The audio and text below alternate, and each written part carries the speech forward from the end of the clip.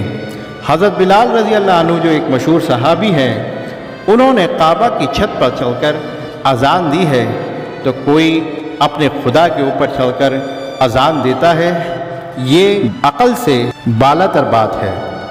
دوستو، ایک اور بڑی غلط فہمی جو دین کے دشمن پھیلاتے ہیں اور پروپیگنڈا کرتے ہیں کہ اسلام میں عورتوں کو کمتر سمجھا جاتا ہے، جبکہ سچائی بالکل اس کے الٹ ہے۔